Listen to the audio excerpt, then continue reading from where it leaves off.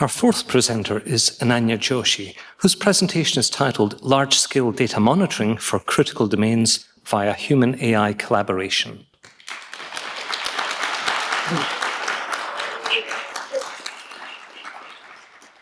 In an increasingly digital world, how do we know what data is important? My thesis is about large-scale data monitoring, or the process of finding important events from big data streams. In critical domains like health, these events can correspond to life-saving actions. So a human-AI collaboration approach is critical. Humans provide the relevant context that new computational paradigms can scale. Public health is a great example because recent investments have increased the volume of public health data available. Like the Pennsylvania COVID cases data stream, there are millions of data streams like this. But using state-of-the-art machine learning or statistical techniques to find events like outbreaks or data quality issues, we end up with tens of thousands of alerts. And if you felt overwhelmed by the information you saw during the pandemic, imagine getting 30,000 emails about data issues. The real problem is that these data streams have different events with different priorities, but under the alerting paradigm that's been used for decades, they're all put together.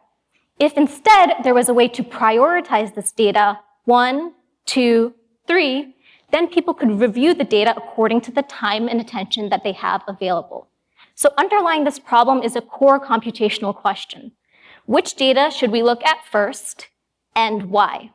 My methods do two novel parts that are different from the state-of-the-art methods. The first is we incorporate expert expectations early into the process because they have more information about the setting they're operating in. But the accuracy of these expectations is different. So in the bottom left, we see stream A and stream B, and the expert expectations are in blue and the observed data is in black. Even though A and B have the same difference at time t, B is more concerning because it's historically more accurate. This idea that context matters is the second part of my methods, where I draw on a theory called extreme value theory to add grounding to my real-world methods, which contextualize over data streams, across data streams, and over time, so that high-ranking data has a natural interpretation. It is more extreme than historically observed differences. Now, because it's explainable and scalable, these methods work great in experimental settings, and they've also been deployed in practice.